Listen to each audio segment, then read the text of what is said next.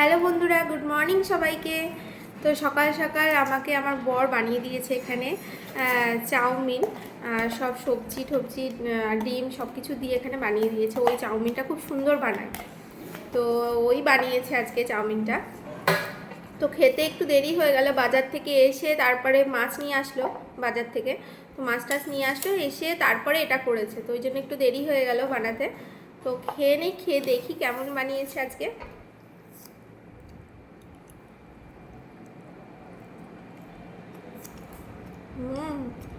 দারুণ হয়েছে জানো খেতে।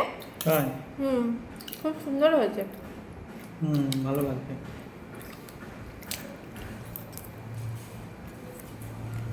খুব সুন্দর বানিয়েছে, আর ওটা খুব ভালো বানায়, খুব ভালো বানায়।